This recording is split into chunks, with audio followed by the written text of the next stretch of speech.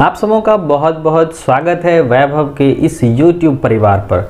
आज के इस वीडियो के माध्यम से हम लोग सीखेंगे जीवाणु क्या है, जीवाणु कहाँ रहते हैं, जीवाणु जो है इनकी जनरल फीचर्स क्या है, जनरल कैरेक्टर्स क्या है, जीवाणु को हम लोग जो है किन किन ग्रुप्स और समूहों में हम लोग बांटते हैं और जीवाणु किस प्रकार से हम लोगों के लाइफ स्टाइल को चेंज करते हैं।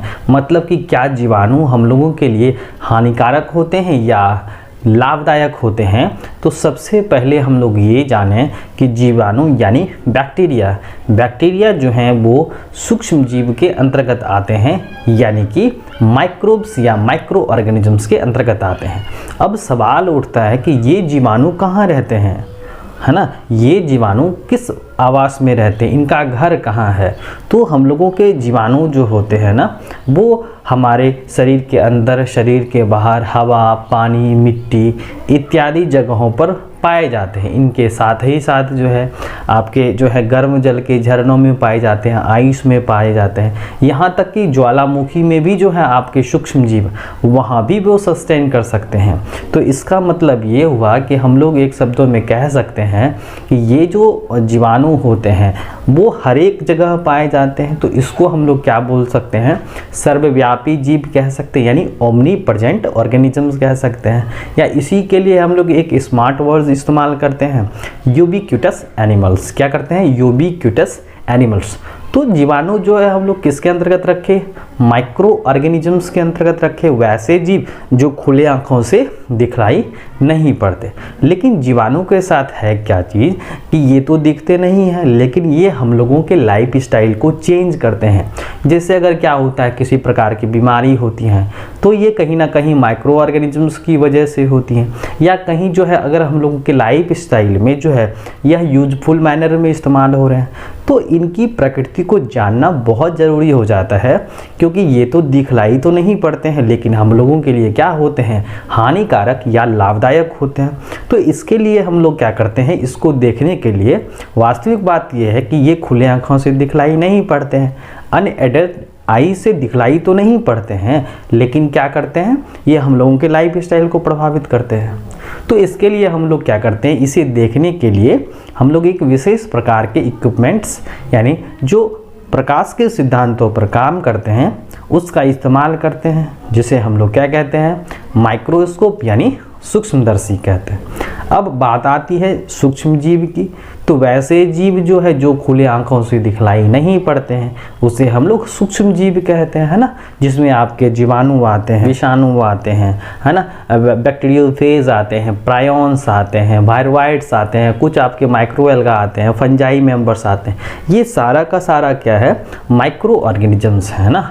तो अब हम लोग बात करेंगे कि जो बैक्टीरिया है, देख लेते हैं बैक्टीरिया जो है, बैक्टीरिया को हम लोग क्या बोले, सूक्ष्म जीव बोले, माइक्रो ऑर्गेनिजम्स बोले, है ना, कि जो खुले आंखों से दिखलाई नहीं पड़ते हैं, है ना। लेकिन यह क्या होता है, हम लोगों को कहीं ना कहीं जो है हम लोग को यूजफुल या हार्मफुल मैनर्स में हम लोगों को क्या कर रहे हैं, प्रभावित कर रहे हैं ना। तो इसे देखने के लिए जो है हम लोग एक विशेष प्रकार का जो है सूक्ष्मदर्शी का उपयोग करते हैं। अब देखिए सूक्ष्म जीव के अंतर्गत हम लोग किसको किसको रखते हैं, तो जीवाणु को रख सकते हैं हम लोग, विषाणु आते हैं, प्रोटोजोआ आते हैं, बैक्टीरियोफेज आते हैं, साथ ही साथ जो है प्रायोन्स आते हैं और वायरवाइट्स। ये सब के सब क्या है, सूक्ष्म जीव हैं या माइक्रो ऑर्गेनिजम्स के अंतर्गत हम लोग इसको रखते हैं। अब ये बैक्टीरिया जो है, जीवाणु जो है ना, बैक्टीरिया जो है ये क्या है, प्लूरल वर्ड से, इसका अगर हम लोग सिंगुलर करेंगे तो क्या बोलेंगे, बैक्टीरियम। क्या बोलते हैं, बैक्टीरियम, जिसका लिटरली मीन्स होता है लिटिल रॉड। क्या होता है, लिटिल रॉड यानी छोटा अक्षर, ठीक है। उसके बाद है ये क्या है, सिंगल सेल्ड ऑर्गेनिज्म है, और साथ ही साथ क्या होते हैं, ये प्रोकैरियोटिक कोशिकाएं होती हैं। प्रोकैरियोटिक यानी प्रिमिटिव, फर्स्ट न्यूक्लियस, है ना। तो यहाँ पर जो न्यूक्लियर मेम्ब्रेन होगा वो भी नहीं होगा ना, सेल ऑर्गेनेल्स नहीं होंगे। तो नो न्यूक्लियस, इसके पास क्या है, सत्य प्रकार का केंद्रक नहीं है, और no nuclear membrane bonded organelles, इसके पास कोशिकांग भी नहीं है। अगर हम लोग इनकी डिस्कवरी की बात करें, इनकी खोज जो है एंटोनी वॉन लीवेनहॉक नाम के वैज्ञानिक ने 1676 ईस्वी में जो है जीवाणु का पता लगाया। और वो कहाँ होते हैं, तो ये होते हैं आपके ओमनी प्रेजेंट यानी कि ये हर एक कंडीशंस में रह सकते हैं, हवा में, पानी में, मिट्टी में। जीव शरीर के अंदर हो सकते हैं, जीव शरीर के बाहर हो सकते हैं। तो इसे हम लोगों ने क्या नाम दिया? ओमनी प्रेजेंट नाम दिया, यानी कि ये क्या होते हैं? सर्वव्यापी जीव होते हैं। और उसी के लिए हम लोग एक टेक्निकल वर्ड्स का इस्तेमाल करते हैं जिसे हम लोग क्या कहते हैं? यूबिक्विटस ऑर्गेनिजम्स कहते हैं, यानी कि ये संसार के हर एक कंडीशंस में ये सर्वाइव कर सकते हैं, पाए जाते हैं। उसके बाद है डीकम्पोजर्स। क्या है कि सूक्ष्म जीव जो होते हैं ये तो लिविंग मेंबर्स हैं, ये हम लोगों के पारिस्थितिक तंत्र में या नेचर में इसका स्थान कहाँ होगा? तो ये सजीव हैं। सजीव को हम लोग किसके अंतर्गत रखते हैं? पारिस्थितिक तंत्र में जैव अवयव के अंतर्गत रखते हैं। और उसको हम लोग क्या करते हैं? 3 हिस्सों में कैटेगराइज करते हैं, है ना। हम लोग जो है 10th में 12th में हम लोगों ने पढ़ा था, है ना। तो वहाँ पर क्या था कि जैव अवयव जो है कितने प्रकार के होते हैं? 3 प्रकार के होते हैं। उत्पादक है, उपभोक्ता है और अपघटन करता है। तो माइक्रो ऑर्गेनिजम्स जो है ना, यहाँ पर क्या आते हैं? अपघटनकर्ता के रूप में कार्य करते हैं, क्योंकि यही अपघटनकर्ता यानी कि जो आपके डीकम्पोजर्स हैं वह प्रकृति में जो पाए जाने वाले क्या हैं? बायोडिग्रेडेबल्स मैटर्स हैं। तो उनको क्या करते हैं? ये जटिल से सरल जीवों में परिवर्तित कर देते हैं, यानी सीधा सीधा कहें तो ये मिट्टी में उनको मिला देते हैं। तो ये क्या है? डीकम्पोजर्स, जिसके बिना कोई भी पारिस्थितिक तंत्र क्या होता है? अधूरा माना जाता है। तो डीकम्पोजर्स के रूप में जो है हम लोग के माइक्रो ऑर्गेनिजम्स काम करते हैं, है ना। उसके बाद कुछ बैक्टीरिया जो हैं क्या होते हैं? यूजफुल होते हैं, यानी कि लाभदायक होते हैं, और कुछ क्या होते हैं? हानिकारक होते हैं। उसके बाद इनका जो डायमीटर होता है, यानी जो है 0.1 से लेकर के 5 माइक्रोमीटर तक का होता है। उसके बाद जो है जीवाणु के पास क्या होता है? एक्स्ट्रा क्रोमोसोमल जेनेटिक मटेरियल होता है, जो क्या होते हैं? सर्कुलर स्ट्रक्चर वाले होते हैं, जिसे हम लोग प्लाज्मिड कहते हैं। तो आप नोट्स भी कर सकते हैं, है ना। क्या हम लोग करेंगे कि जीवाणु क्या है, उसके बाद हम लोगों ने क्या सीखा कि जो है जीवाणु का सिंगुलर क्या है, जीवाणु कैसे हैं, जीवाणु में क्या क्या पाए जा रहे हैं, है ना, उसका खोज किसने किया। तो चलिए लिखिए, जीवाणु जो होते हैं वह क्या होता है? एक प्रकार के सूक्ष्म जीव हैं, है ना। ये क्या है? सूक्ष्म जीव हैं। अगर हम लोग सूक्ष्म जीव की परिभाषा करेंगे ना, नोट्स करिए, क्या करेंगे हम लोग? वैसे जीव जो खुले आँखों से दिखलाई नहीं पड़ते हैं, यानी कि वह अनएडेड आई से दिखलाई नहीं पड़ते हैं, जिसे देखने के लिए हमें एक विशेष प्रकार के प्रकाशिकीय यंत्र की आवश्यकता होती है, उसे हम लोग क्या कहते हैं? सूक्ष्म जीव कहते हैं। और जिसके मदद से हम लोग देखते हैं उसे हम लोग क्या कहते हैं? सूक्ष्मदर्शी कहते हैं, है ना। तो हम लोग नोट्स में क्या लिखेंगे? चलिए लिखिए मेरे साथ, क्या कि वैसे जीव जो खुले आँखों से दिखलाई नहीं पड़ते हैं उसे हम लोग सूक्ष्म जीव यानी माइक्रो ऑर्गेनिज्म कहते हैं, तथा उनको देखने के लिए हमें एक विशेष प्रकार के यंत्र की आवश्यकता होती है, जिसे सूक्ष्मदर्शी कहा जाता है, यानी माइक्रोस्कोप कहते हैं। सूक्ष्म जीव जो है वो कहाँ कहाँ? हवा में, पानी में, मिट्टी में, किसी जीव शरीर के अंदर, जीव शरीर के बाहर, गर्म जल के झरनों में पाए जाते हैं, आइस में पाए जाते हैं, यहाँ तक कि हर एक जगह पाया जाता है इत्यादि। इसीलिए सूक्ष्म जीव को हम लोग क्या कहते हैं? सर्वव्यापी जीव कहते हैं, या इसे हम लोग यूबिक्विटस जीवधारी या एनिमल्स कहते हैं। यहाँ लिखने के बाद हम लोग पैराग्राफ चेंज करेंगे। क्या लिखेंगे कि इसके अंतर्गत जो हैं जीवाणु आते हैं, विषाणु आते हैं, प्रोटोजोआ आते हैं, बैक्टीरियोफेज आते हैं, प्रायोन्स आता है, वायरोइड्स आता है। ये सब के सब क्या हैं? सूक्ष्म जीव है। उसके बाद हम लोग लिखेंगे कि कुछ सूक्ष्म जीव ऐसे हैं जो क्या होते हैं? हम लोगों के लिए क्या होता है? लाभदायक होता है। लेकिन कुछ ऐसे भी सूक्ष्म जीव हैं जो हम लोगों के लिए क्या होते हैं? हानिकारक होते हैं। ठीक है। अब हम लोग क्या करेंगे कि जो आपके क्या हैं सूक्ष्म जीव हैं वो खुले आँखों से दिखलाई नहीं पड़ते हैं, लेकिन वो हम लोगों के लिए क्या होते हैं? या तो यूजफुल या तो हार्मफुल मैनर में हम लोगों को प्रभावित करते हैं। तो इसके लिए हम लोगों को जो है देखना बहुत ज़रूरी हो जाता है, उनकी प्रकृति कैसा है, उनकी आकार आकृति कैसी है। तो इसके लिए हम लोग अलग अलग प्रकार का जो है क्या करते हैं, जुगाड़ का इस्तेमाल करते हैं, जिसे हम लोग सूक्ष्मदर्शी कहते हैं ना। तो अलग अलग प्रकार के देखने के लिए जो है हम लोग सूक्ष्मदर्शी का इस्तेमाल करते हैं। जैसे कि आपके सिंपल माइक्रोस्कोप हो गए, सरल सूक्ष्मदर्शी हो गए, कंपाउंड माइक्रोस्कोप हो गए, है ना। तो उसमें हम लोग क्या करते हैं, कंपाउंड माइक्रोस्कोप यौगिक सूक्ष्मदर्शी हो गया, इलेक्ट्रॉन माइक्रोस्कोप हो गया, स्कैनिंग माइक्रोस्कोप हो गया। तो ये सारा का सारा जो है हम लोग क्या करते हैं, जिस तरह का हम लोगों का मटेरियल रहेगा, जिस तरह से आवश्यकता होगी, उस तरह का हम लोग क्या करते हैं, माइक्रोस्कोप का हम लोग इस्तेमाल करते हैं। ज़्यादातर हम लोग जो है कॉलेजेस या डिपार्टमेंटल्स के लिए जो है हम सरल सूक्ष्मदर्शी तथा यौगिक सूक्ष्मदर्शी का हम लोग प्रैक्टिकल के तौर पर इस्तेमाल करते हैं, है ना। तो उसके बाद हम लोग लिखेंगे क्या कि जीवाणु जो होते हैं ना, जीवाणु जो एक प्रकार के क्या है, एक कोशिकीय प्राणी है, जो किसके अंतर्गत, प्रोकैरियोटिक्स के अंतर्गत या कोशिका के अंतर्गत आते हैं, जिसमें क्या होता है, केंद्रक नहीं होता है, साथ साथ कोशिकांग नहीं होते हैं। फिर हम लोग करेंगे क्या चीज़ कि जीवाणु जो होते हैं, जीवाणु का खोज या डिस्कवरी ऑफ बैक्टीरिया जो है एंटोनी वॉन ल्यूवेनहॉक सर ने जो है 1676 ईस्वी में किया था। ये हर एक जगह पाए जाते हैं, इसलिए हम लोग इसको यूबिक्विटस कहते हैं।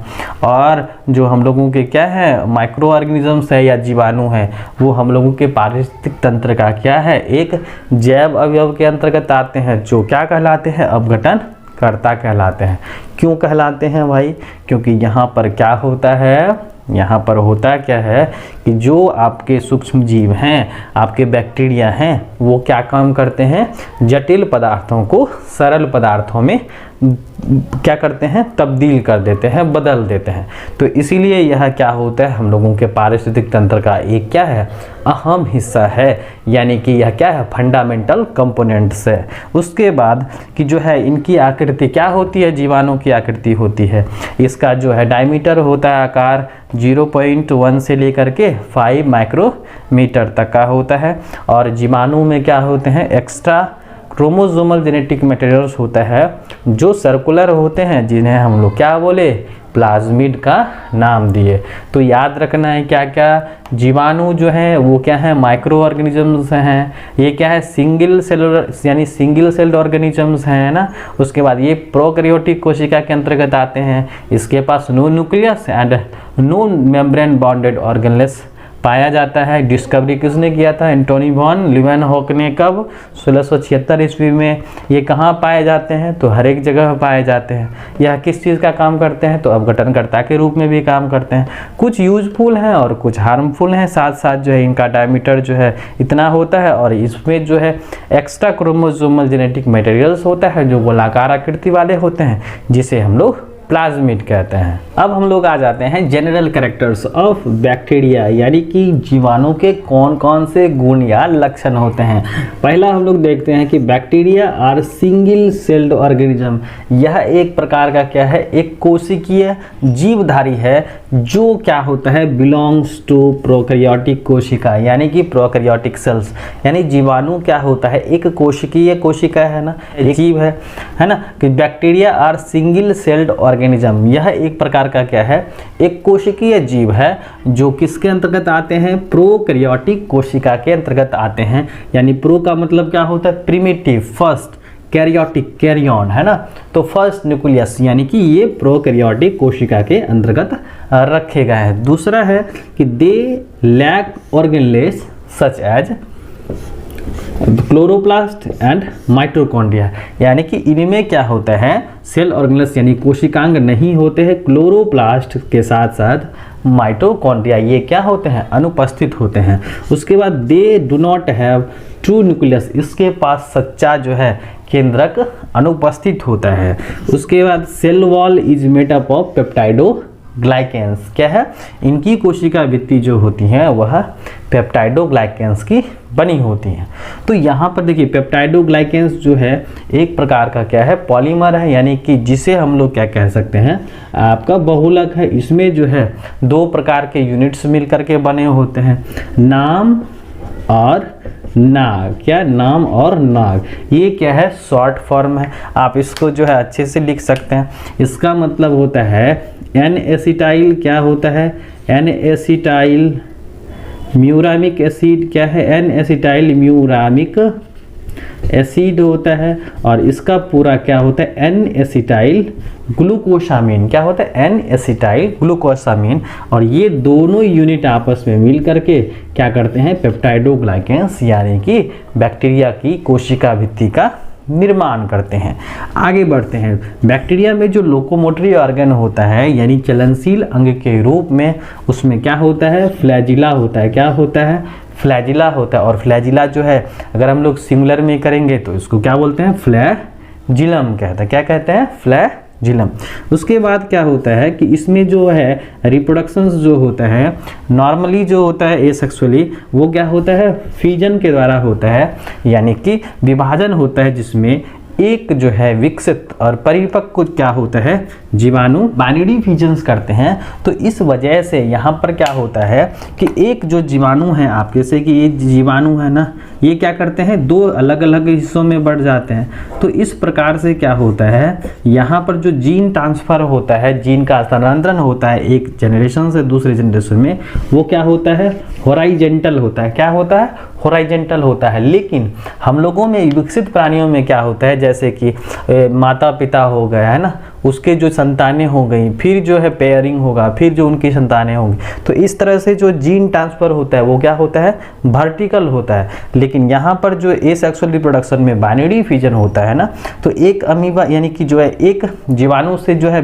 बाइनरी फिजन होता है ना, दो हिस्सों में बढ़ जाते हैं। तो इस तरह से यहाँ पर क्या होता है हॉराइजेंटल जीन ट्रांसफर होता है। तो ये ऑब्जेक्टिव के लिए याद रखने हैं कि जो बैक्टीरिया है, बैक्टीरिया में एसेक्सुअली जो है बाइनरी फिजन होता है, और इसमें किस प्रकार का जो है जीन ट्रांसफर होता है तो हॉराइजेंटल जीन ट्रांसफर होता है, याद रखना।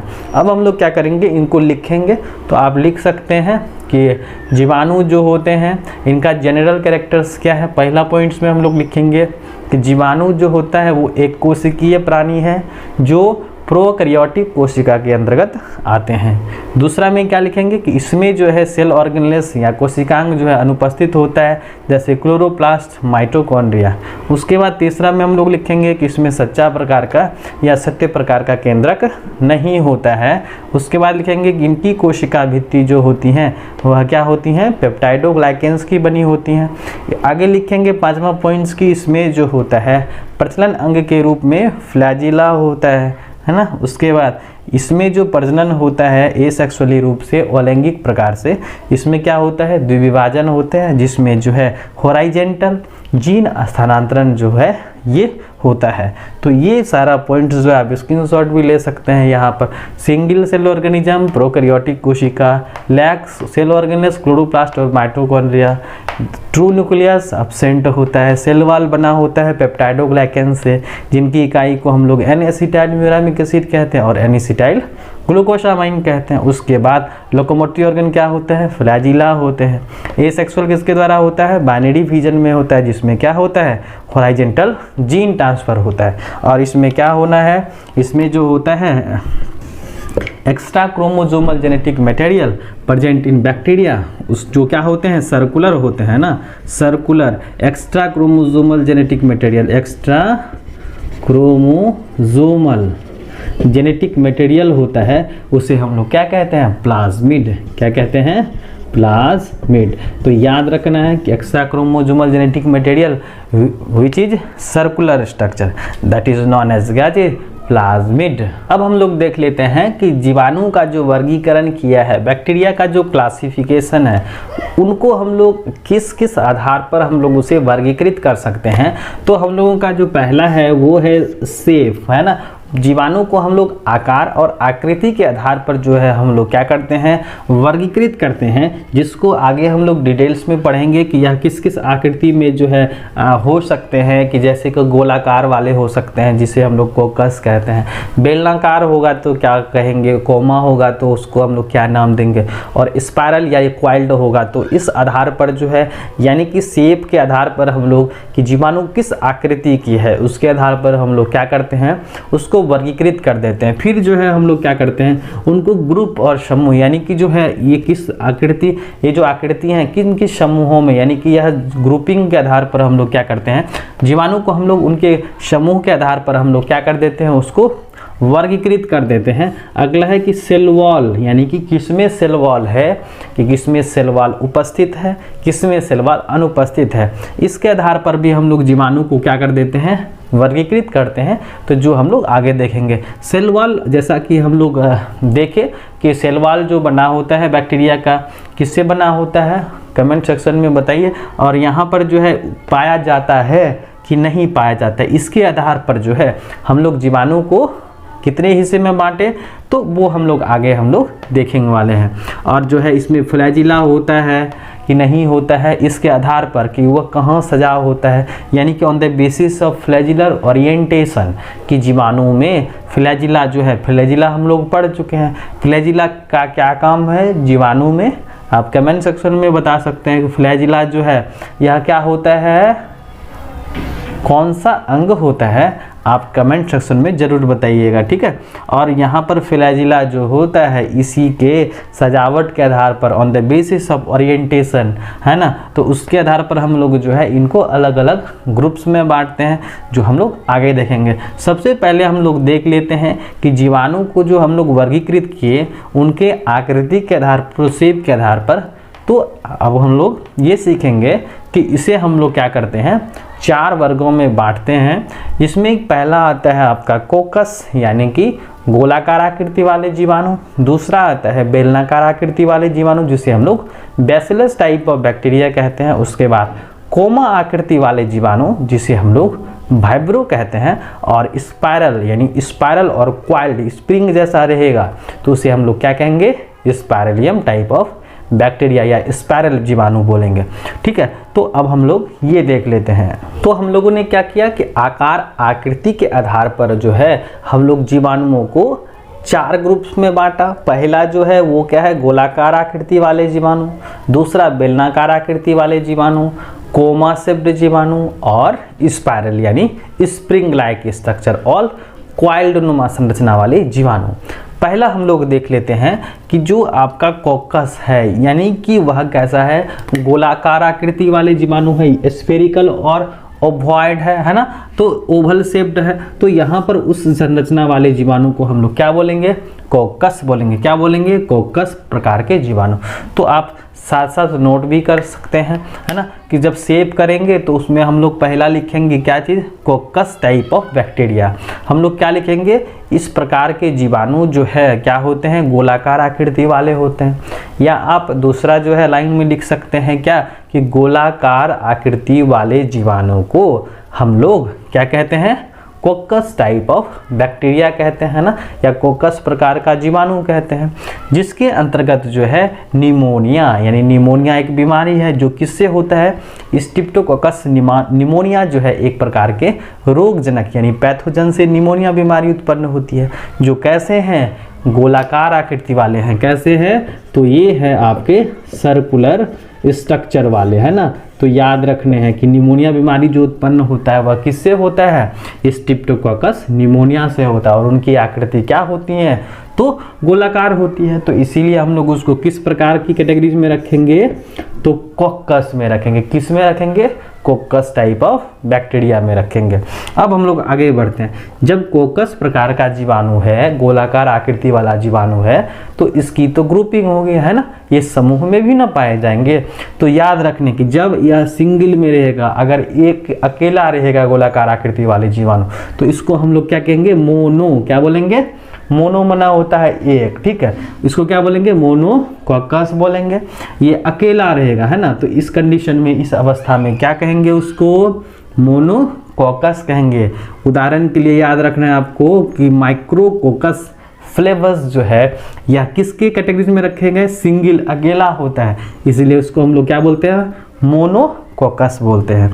दूसरा है कि जब यही गोलाकार आकृति वाले जीवाणु क्या रहेगा, 2 समूहों में रहेगा इस तरह से, ठीक है, तो उसको हम लोग क्या बोलेंगे, डिप्लोकोकस बोलेंगे। क्या बोलेंगे, डिप्लोकोकस बोलेंगे। और इसका उदाहरण क्या है, डिप्लोकोकस निमोनिया है, ठीक है। उसके बाद जब यही गोलाकार आकृति वाले जीवाणु जो है आपस में जुड़ करके इस तरह से अगर चेन बना ले, है ना, श्रृंखला बना ले, तब हम लोग उसको क्या बोलेंगे, तो क्या करना है, उसको हम लोग बोलेंगे स्ट्रेप्टोकोकस। क्या बोलेंगे, स्ट्रेप्टोकोकस बोलेंगे। और इसका उदाहरण क्या है, स्ट्रेप्टोकोकस निमोनिया है। उसके बाद जब यही गोलाकार आकृति वाले जीवाणु मिल करके क्या बना देंगे, ब्रांच बना देंगे, इस तरह से शाखाएं बना देगी, तो इस कंडीशन में उसको क्या बोलेंगे, स्टेफाइलोकोकस बोलेंगे। तो उदाहरण में याद रखना है स्टेफाइलोकोकस ऑरियस। ये जो एक प्रकार के क्या है, पैथोजन है, जिससे क्या होता है, स्किन डिजीज होता है। बैसिलस टाइप ऑफ बैक्टीरिया पर, है ना, पहला हम लोगों ने क्या देखा कि कोकस टाइप ऑफ बैक्टीरिया था, दूसरा क्या है, bacillus type of bacteria. Bacillus type of bacteria जो होते हैं वो कैसे होते हैं, सिलिंड्रिकल होते हैं, यानी बेलनाकार आकृति वाले होते हैं। तो इसको हम लोग किस प्रकार से डिफाइन कर सकते हैं कि बैसिलस टाइप ऑफ बैक्टीरिया को हम लोग कैसे करेंगे डिफिनेशन, तो हम लोग यहाँ पर लिखेंगे कि बेलनाकार आकृति वाले जीवाणु को हम लोग क्या कहते हैं, बैसिलस, यानी कि सिलिंड्रिकल या बेलनाकार आकृति वाले जीवाणु कहते हैं ना, जिसे हम लोग क्या बोलेंगे, बैसिलस टाइप ऑफ बैक्टीरिया बोलेंगे।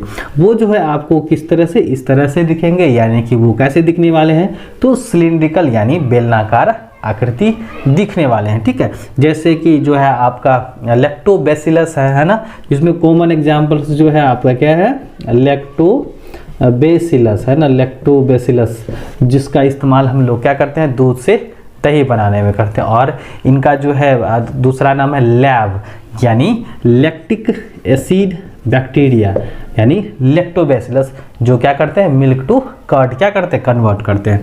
अगर हम लोग इनके ग्रुपिंग को देखें तो ग्रुपिंग में जो है जिस तरह से हम लोग वहाँ करे थे, है ना, तो वहाँ पर हम लोग क्या करे थे, मोनोकॉकस, यहाँ पर क्या करेंगे, मोनोबैसिलस, क्या करेंगे, मोनोबैसिलस, यानी कि यहाँ क्या होगा, सिंगल होगा, ग्रुप में होगा, तो इस कंडीशंस में उसको क्या बोलेंगे, मोनोबैसिलस टाइप ऑफ, क्या बोलेंगे, cylindrical type of bacteria, bacillus type of. तो यहाँ पर क्या बोलेंगे, मोनोबैसिलस। अगर सिलिंड्रिकल या बेलनाकार आकृति वाले जीवाणु अकेला रहेगा तो उस अवस्था में क्या बोलेंगे, उसको मोनोबैसिलस बोलेंगे। दूसरा है डिप्लोबैसिलस। डिप्लो मतलब 2 इन ग्रुप्स में होगा, 2 समूहों में रहेगा, तो इस कंडीशन में जो है यहाँ पर इस अवस्था में रहेंगे तो उसको हम लोग क्या बोलेंगे, डिप्लोबैसिलस बोलेंगे। जैसे कि मॉर्सेला बोविस है, ये सब के सब क्या हैं, आपके डिप्लोबैसिलस हैं। उसके बाद आ जाते हैं स्ट्रेप्टोबैसिलस में। स्ट्रेप्टोबैसिलस में क्या होता है कि यही बेलनाकार आकृति वाले जीवाणु जो है आपस में जुड़ करके क्या करते हैं, चेन बनाते हैं ना, श्रृंखला बनाते हैं, attach together forming a chain like structure. तो इस कंडीशंस में उसको क्या बोलते हैं, स्ट्रेप्टोबैसिलस, जिसमें कि आपका स्ट्रेप्टोबैसिलस, मोनोलिफॉर्मिस जो है इसके एग्जाम्पल्स हैं, ये याद रखने। उसके बाद आ जाते हैं स्टेफाइलोबैसिलस जो है, ये क्या करते हैं, आपस में जुड़ करके क्या करते हैं, ब्रांच बनाते हैं। तो इस अवस्था में ये आपके क्या हो गए, स्टेफाइलोबैसिलस हो गए। तो यहाँ पर हम लोगों को क्या क्या याद रखने हैं, मोनो में होता है सिंगल, अगर अकेला रहेगा तो मोनोबैसिलस होगा। डिप्लो 2 इन ग्रुप्स में रहेगा तो उसको हम लोग डिप्लो बोलेंगे। स्ट्रेप्टो यानी कि जब चेन बनाएगा तो उसको हम लोग स्ट्रेप्टोबैसिलस बोलेंगे। और स्टेफाइलो किसको बोलेंगे, कि जब यही चेन जो है आपस में क्या कर जाएगा, ब्रांच बनाएगा, तो उसको हम लोग क्या बोलेंगे, स्टेफाइलोबैसिलस बोलेंगे।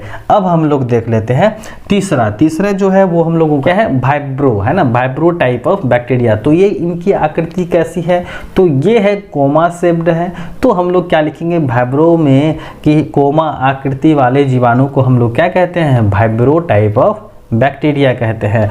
जिसमें से आपको जो है याद रखने हैं कि कोलेरा नामक जो बीमारी होती है वह किससे होती है, वाइब्रो कोलेरा से होती हैं, जो एक विशेष प्रकार के क्या होते हैं, कोमा शेप्ड जीवाणु होते हैं। उसके बाद आ जाइए स्पाइरेलियम पर, है ना, स्पाइरेला टाइप ऑफ बैक्टीरिया। तो इसमें क्या होता है कि ये जो जीवाणु है ना कैसे होते हैं, क्वाइल्ड होते हैं, स्प्रिंग नुमा संरचना होते हैं। तो हम लोग यहाँ पर स्पाइरेलियम में क्या लिखेंगे कि स्प्रिंग या क्वाइल नुमा संरचना वाले जीवाणु को हम लोग क्या बोलते हैं, स्पाइरेलियम टाइप ऑफ जीवाणु बोलते हैं। जिसके एग्जाम्पल्स में याद रखना हम लोगों को हेलिकोबैक्टर है और कैम्पाइलोबैक्टर। फिर से देख लेते हैं वाइब्रो, स्पाइरेलियम, वाइब्रो में क्या आता है, वाइब्रो कोलेरा, और स्पाइरेलियम या स्पाइरल में क्या आता है, हेलिकोबैक्टर और कैम्पाइलोबैक्टर। वेक्टर आता है। तो हम लोगों ने क्या क्या सीखा कि जीवाणु जो होते हैं वह आकार आकृति के आधार पर कितने प्रकार के हो गए, 4 प्रकार के हो गए।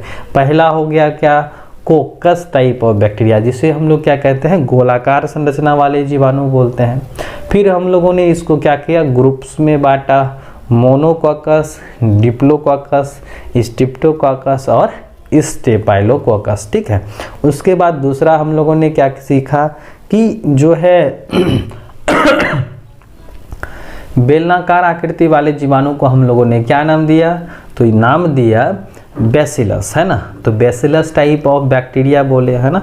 उसके बाद उनकी ग्रुपिंग जब हम लोग करें तो उसमें मोनोबैसिलस, अगर सिंगल रहेगा, अगर 2 रहेगा तो डिप्लोबैसिलस, अगर चेन बनाएगा तो उसको हम लोग स्टेप्टोबैसिलस बोलेंगे, और अगर ब्रांच बनाएगा तो स्टेफाइलोबैसिलस बोलेंगे।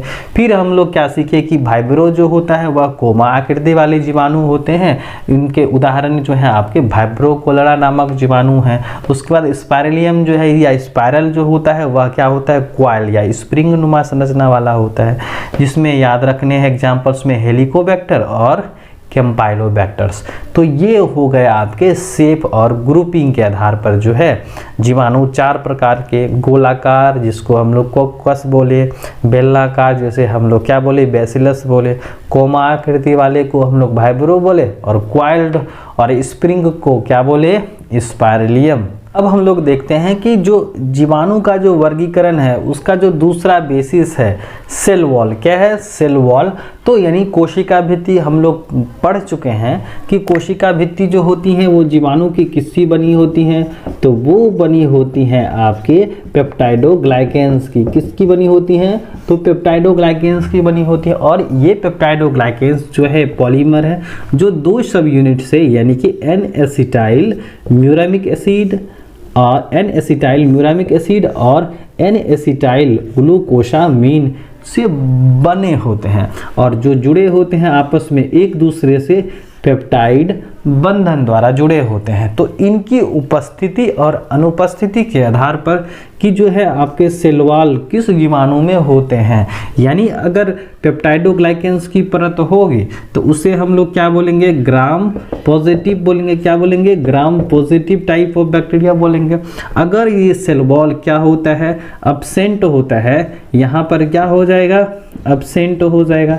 तो इस कंडीशंस में इसे हम लोग क्या बोलेंगे, ग्राम निगेटिव बोलेंगे। क्या बोलेंगे, ग्राम निगेटिव। तो हम लोगों के पास कितने प्रकार के बैक्टीरिया हो गए, 2 प्रकार के बैक्टीरिया हो गए, on the basis of presence और एब्सेंस ऑफ सेल वॉल। यानी कि जीवाणु में कोशिका भित्ति के पाए जाने यानी कि उपस्थिति या अनुपस्थिति के आधार पर जीवाणु को हम लोग क्या किए, 2 समूहों में बांटे। पहला जो है वो क्या है, gram positive type of bacteria, यानी वैसे जीवाणु जिसमें क्या होता है, पेप्टाइडोग्लाइकेंस यानी कि सेल वॉल उपस्थित होंगी, तो उसे हम लोग क्या बोलेंगे, ग्राम पॉजिटिव जीवाणु बोलेंगे या बैक्टीरिया बोलेंगे। और जिसमें क्या होगा, पेप्टाइडोग्लाइकेंस यानी सेल वॉल क्या होगा, एब्सेंट होगा, तो उस कंडीशंस में उसे हम लोग क्या बोलेंगे, ग्राम निगेटिव बोलेंगे। तो यहाँ पर क्या है, सेल वॉल रहेगा तो उसे हम लोग पॉजिटिव, और अगर नहीं रहेगा तो उसे हम लोग क्या कहेंगे, ग्राम निगेटिव टाइप ऑफ बैक्टीरिया। तो इसी को जो है उन्होंने जो है सर्वप्रथम 1884 ईस्वी में क्रिश्चियन ग्राम नाम के वैज्ञानिक ने पता लगाया कि किस प्रकार के बैक्टीरिया में जो हैं ये सेल वॉल हैं कि सेल वॉल नहीं है, यानी पेप्टाइडोग्लाइकेंस की परत है कि नहीं है।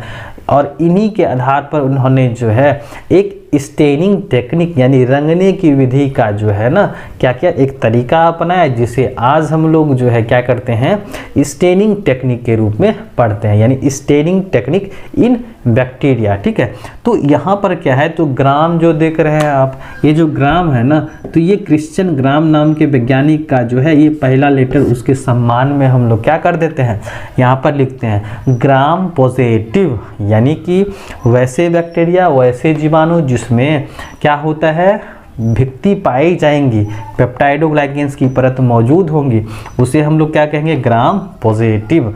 और उसमें क्या होगा, अगर नहीं होगा, अनुपस्थित होगा, तो उसे हम लोग ग्राम निगेटिव बैक्टीरिया कहेंगे।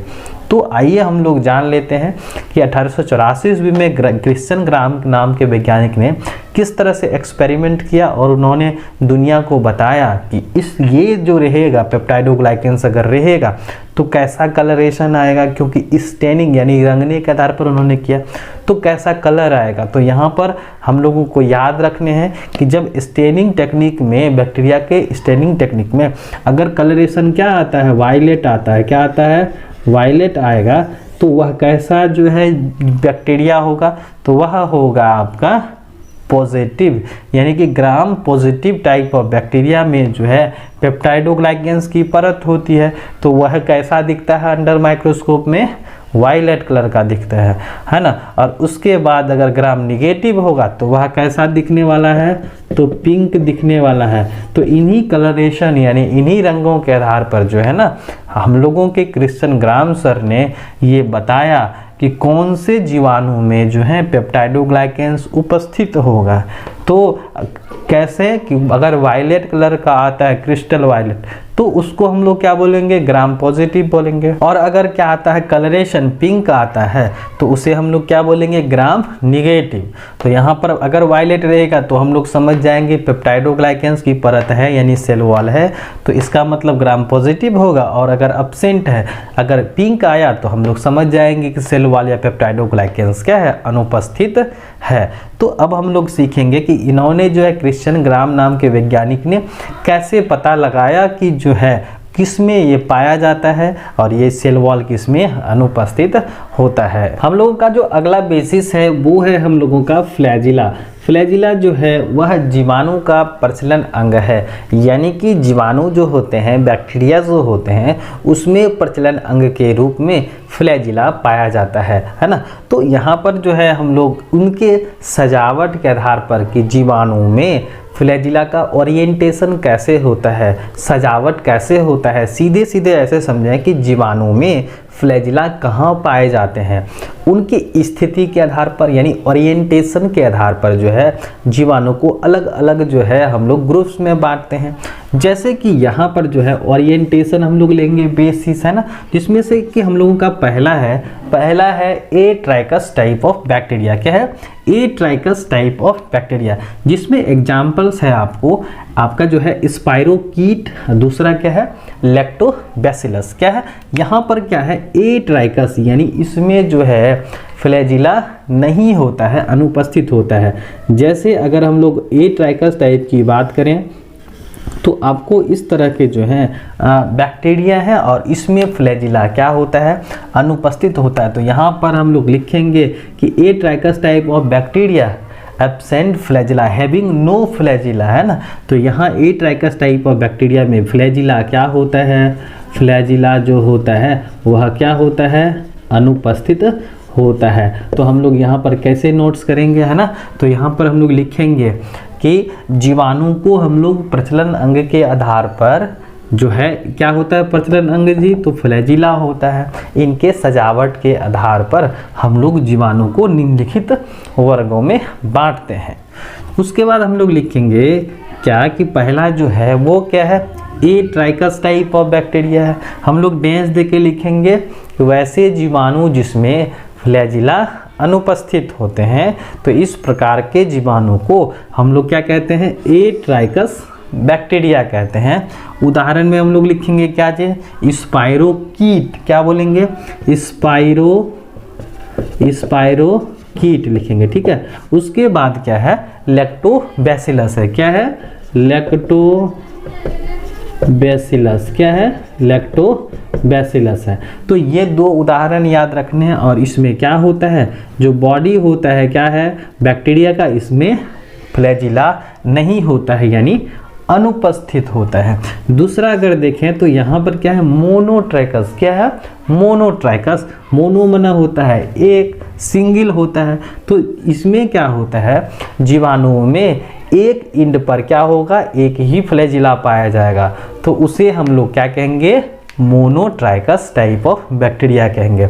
हम लोग दूसरे पॉइंट्स में क्या लिखेंगे, मोनोट्राइकस देश देख करके क्या लिखेंगे कि इस प्रकार के जीवाणु में फ्लैजिला क्या होता है, एक और कितना रहेगा, तो एक रहेगा। तो इस प्रकार के जीवाणु में फ्लैजिला एक छोर पर या एक सिरे पर क्या होता है, एक संख्या में पाया जाता है। तो इस प्रकार के जीवाणु को हम लोग क्या कहेंगे, मोनोट्राइकस टाइप ऑफ बैक्टीरिया कहेंगे। जैसे उदाहरण में हम लोग क्या लिखेंगे, वाइब्रो कोलेरा, जिससे क्या होता है, वाइब्रो कोलेरा से क्या होता है, कोलेरा नामक बीमारी होती है, और कैम्पाइलोबैक्टर, ये दोनों क्या है, मोनोट्राइकस बैक्टीरिया के उदाहरण है। जैसे अगर मोनोट्राइकस करेंगे तो क्या होगा, इस तरह से जो है संरचना होगा बैक्टीरिया का, और इसमें क्या होगा, एक इंड पर, एक छोर पर क्या होगा, आपके फ्लैजिला होंगे। तो यहाँ पर लिख सकते हैं ना, that type of bacteria having single flagella और one flagella present at one end. अगर क्या होगा, एक ही इंड पर होगा, है ना, एक छोर पर क्या होगा, फ्लैजिला होगा, तो इस अवस्था में इसे हम लोग क्या कहेंगे, मोनोट्राइकस टाइप ऑफ बैक्टीरिया कहेंगे। अब हम लोग आगे बढ़ते हैं, अगला है वो है लोफो, क्या है, लोफोट्राइकस बैक्टीरिया। तो लोफोट्राइकस बैक्टीरिया जो है किस प्रकार का होगा, तो जैसे मान लीजिए अगर ये बैक्टीरिया है ना, तो इसमें अगर क्या होता है, फ्लैजिला रहेगा, तो एक ही इंड पर, जैसे कि इधर या इधर एक छोर पर क्या होगा, दो या दो से अधिक होगा। तो इस अवस्था में इसे हम लोग क्या कहेंगे, लोफोट्राइकस प्रकार का जीवाणु कहेंगे। तो हम लोग इसमें क्या लिखेंगे, लोफोट्राइकस देकर के डैश में, कि इस प्रकार के जीवाणु में एक सिरे पर दो या दो से अधिक फ्लैजिला पाए जाते हैं। तो इस प्रकार के जीवाणु को क्या कहते हैं, लोफोट्राइकस टाइप ऑफ बैक्टीरिया कहेंगे। इसको हम लोग अंग्रेजी में ऐसे कह सकते हैं कि that type of bacteria having two और more flagella at one end, है ना, कि दो या दो से अधिक फ्लैजिला होगा एक छोर पर। तो इस अवस्था में इसे क्या बोलेंगे हम लोग, लोफोट्राइकस, है ना। उसके बाद है एम्फी, एम्फी माना होता है बोथ, है ना। तो जब फ्लैजिला क्या होगा, दोनों साइड होगा जीवाणु के, तो इसे हम लोग क्या बोलेंगे, एम्फीट्राइकस, क्या बोलेंगे, एम्फीट्राइकस बोलेंगे। तो एम्फीट्राइकस को हम लोग डैश दे करके क्या लिखेंगे, कि जीवाणु जो होता है, या जो है इस प्रकार के बैक्टीरिया में, इस प्रकार के जीवाणु में जो फ्लैजिला होता है वह जीवाणु के दोनों ओर होता है, दोनों इंड पर होता है ना, क्या होगा, दोनों इंड पर होगा। तो इस अवस्था में इसे हम लोग क्या कहेंगे, एम्फीट्राइकस बोलेंगे, क्या बोलेंगे। तो यहाँ पर हम लोग क्या करेंगे, इस दोनों ओर न फ्लैजिला बनाएंगे इस तरह से, तो यहाँ पर क्या होगा, एम्फी होगा, क्या होगा, एम्फी, यानी कि इस प्रकार के जीवाणु में दोनों सिरे पर क्या होगा, फ्लैजिला होगा। तो यहाँ पर बोथ साइड पर होगा। एग्जाम्पल्स में क्या, नाइट्रोसोमोनास हम लोग करेंगे, लिखेंगे, और उसके बाद क्या है, एक्वास्पाइरलियम सर्पेंस है। ये दोनों क्या है, एम्फीट्राइकस का उदाहरण है। उसके बाद आ जाते हैं पेरीट्राइकस, क्या है, peritrichous type of bacteria. Peri मना होता है ऑल अराउंड, है ना, चारों तरफ। तो यहाँ पर क्या होगा, इस प्रकार के जीवाणु में क्या होगा, फ्लैजिला जो होगा वह बैक्टीरिया के चारों तरफ होगा। तो इस कंडीशंस में हम लोग उसको क्या कहेंगे, पेरीट्राइकस टाइप ऑफ बैक्टीरिया कहेंगे। तो यहाँ पर क्या होगा, चारों ओर न होगा इस तरह से। तो इस कंडीशंस में इसको क्या बोलेंगे हम लोग, पेरीट्राइकस टाइप ऑफ बैक्टीरिया कहेंगे। जैसे इस्चेरिचिया कोलाई है, बैसिलस सबटिलिस है, और साल्मोनेला एंटेरिका है ना। तो ये है आपके फ्लैजिला अरेंजमेंट्स के आधार पर। फिर हम लोग रिवाइज कर लेते हैं कि जीवाणुओं में क्या होता है, फ्लैजिला होता है, जिससे जीवाणु का हम लोग क्या कहते हैं, प्रचलन अंग कहते हैं। इन्हीं के सजावट के आधार पर हम लोग क्या कर देते हैं, जीवाणु को अलग अलग वर्ग में बांट देते हैं। जिसमें पहला क्या है, हम लोग इस तरह से भी याद रख सकते हैं, ए मन क्या होता है, नॉट, फ्लैजिला नहीं रहेगा। मोनो मन क्या होता है, सिंगल यानी एक रहेगा। लोफो मन क्या होता है, टू और मोर, दो या दो से अधिक एक छोर पर, है ना। उसके बाद एम्फी मना क्या होता है, दोनों बोथ साइड पर रहेगा। और पेरी मना क्या होता है, ऑल अराउंड, तो चारों साइड। अगर क्या होगा, एब्सेंट रहेगा तो उसे हम लोग क्या बोलेंगे, एट्राइकस बोलेंगे, जैसे में स्पाइरोकीट और लैक्टोबैसिलस है। अगर सिंगल रहेगा तो उसे हम लोग क्या बोलेंगे, मोनोट्राइकस बोलेंगे। उसमें क्या वाइब्रो कोलेरा और कैम्पाइलोबैक्टर्स है, यहाँ पर सिंगल रहेगा। अगर लोफो में टू और मोर रहेगा तो उसे हम लोग क्या बोलेंगे, लोफोट्राइकस बोलेंगे। तो हेलिकोबैक्टर और पाइलोरी है ना। एम्फीट्राइकस में क्या रहेगा, बैक्टीरिया के दोनों छोर पर रहेगा फ्लैजिला, तो जैसे कि नाइट्रोसोमोनास है और एक्वास्पाइरलियम सर्पेंस है। उसके बाद है पेरीट्राइकस में क्या आता है, इस्चेरिचिया कोलाई, बैसिलस सबटिलिस आता है और उसके बाद साल्मोनेला एंटेरिका आता है, जिसमें चारों ओर क्या है, फ्लैजिला अरेंजमेंट है। तो हम लोग याद कर सकते हैं ऐसे करके, ए मना होता है नॉट, मोनो मना होता है एक, लोफो मना होता है टू और more at one end, both रहेगा तो एम्फी हो जाएगा, और पेरी रहेगा तो चारों तरफ हो जाएगा तो पेरी हो जाएगा। और फ्लैजिला को हम लोग किससे लिख रहे हैं, टेक्निकल वर्ड्स इस्तेमाल कर रहे हैं, ट्राइकस ट्राइकस ट्राइकस। तो ए ट्राइकस, मोनो ट्राइकस, लोफो ट्राइकस, उसके बाद एम्फी ट्राइकस और पेरी ट्राइकस। तो इस तरह से हम लोग अरेंजमेंट्स कर सकते हैं याद रखने के लिए, और एग्जाम्पल्स जो है हम लोग एक एक जो है कम से कम याद रखेंगे। तो ये आपका बेसिस है, किसके आधार पर, फ्लैजिलर ओरिएंटेशन के आधार पर। तो आगे हम लोग देखेंगे इकोनॉमिक इंपॉर्टेंस ऑफ बैक्टीरिया, ये किस प्रकार से हम लोगों के लिए क्या है, बेहद महत्वपूर्ण है, और ये किस वजह से जो है हम लोगों के जो है काम आते हैं, डेली लाइफ में इसका हम लोग इस्तेमाल करते हैं।